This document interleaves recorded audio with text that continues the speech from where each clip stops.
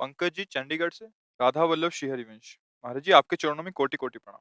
महाराज जी मैं माँ दुर्गा का भक्त हूँ।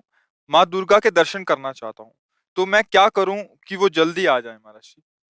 जब बच्चा माँ की गोद में बैठना चाहता है तो सबसे पहला उसका कार्य होता है खिलौने खेलना बंद करता है। माँ उसके पास खिलौने भेजती है। जितना वो माँ की तरफ बढ़ने की कोशिश करेगा, तो माँ कार्यरत है तो उसे खिलौना भेजेगी, दे दो ये सब। वो अगर उन खिलौने से ना खेले, रोए, तो फिर घर के किसी सदस्य को प्रेरणा करती है, बिटिया उठा ले गोद में थोड़ी देर। वो उससे भी चुप ना हो, तब फिर वो दौड़ के आ जाती है। भाव, पहले हमको इन भोगों का त्याग करना होगा जिन भोगों में हम खेल रहे हैं। फिर हमारी अनुकूल मांगे हमारे सामने आएंगी, माँ से ना मिलने के लिए बाधा बनकर।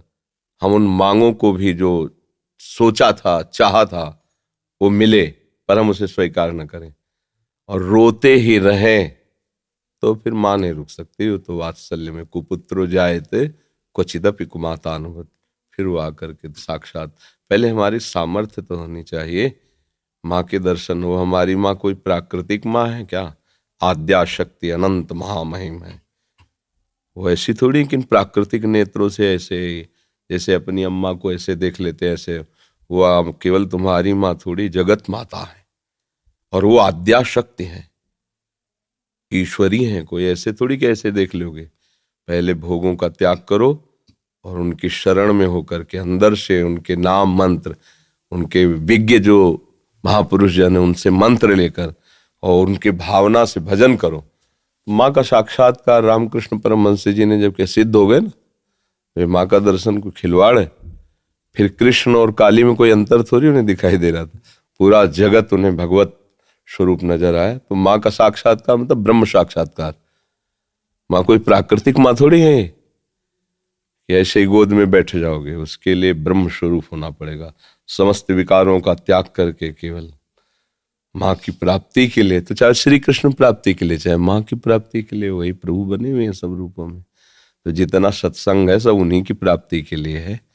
आप पहले तो विकारों से बचिए, ब्रह्मचर्य का पालन कीजिए, खूब नाम जप कीजिए और लक्ष्य बनाइए कि देवी जो सर्वभूतों में व्याप्त शक्ति है, मैं उसका अनुभव करना चाहता हूँ।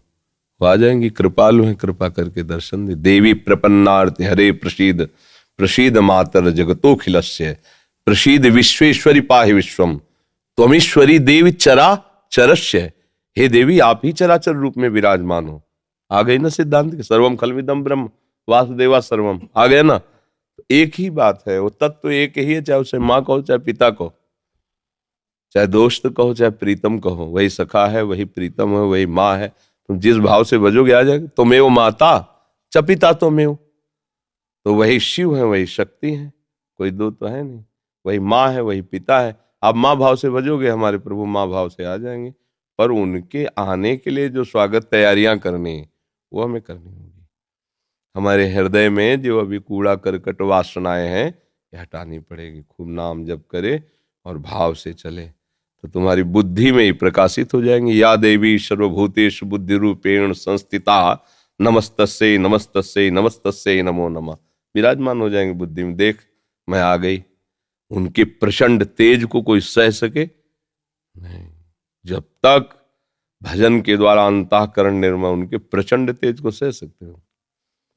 वो शिव शक्ति है, अम्बा है, आद्या शक्ति है। और एक अंश में सूर्य विद्यमान, आंख मिला के देखो 12 बजे दोपहर के, और अनंत सूर्यों जैसी कांति माँ भगवती की है, महाबलशाली। त्रिभुवन में कोई पैदा नहीं हुआ कि अपने रूप स्वरूप में आ जाए, उनसे आंख मिला ले कोई। भगवान शंकर भी चरणों में लौट गए नहीं लौट गए। ये बात ध्यान रखना कि ये माँ कोई ऐसी माँ नहीं है प्राकृतिक, ये आद्या शक्ति चिदानंद माँ है। ये ऐसे थोड़ी सी चुनरी और नारियल चढ़ाने से तुम्हारी कामनाओं की तो पूर्ति कर देगी, लेकिन साक्षात्कार होने के लिए फिर अपना अस्तित्व मिटाना होगा, अपने अस्तित्व का बलिदान करना होगा। अस्तित्व का बलिदान, पूर्ण समर्पण और उन्हीं का केवल चिंतन, आ जाएंगी। क्योंकि वही है, दूसरा कोई है नहीं हमारी दृष्टि में। सब एक ही परमात्मा है, उसे किसी भी नाम रूप से आप पूज कर प्राप्त कर लो, वही है, दूसरा कोई है नहीं। समझ गए? महाराज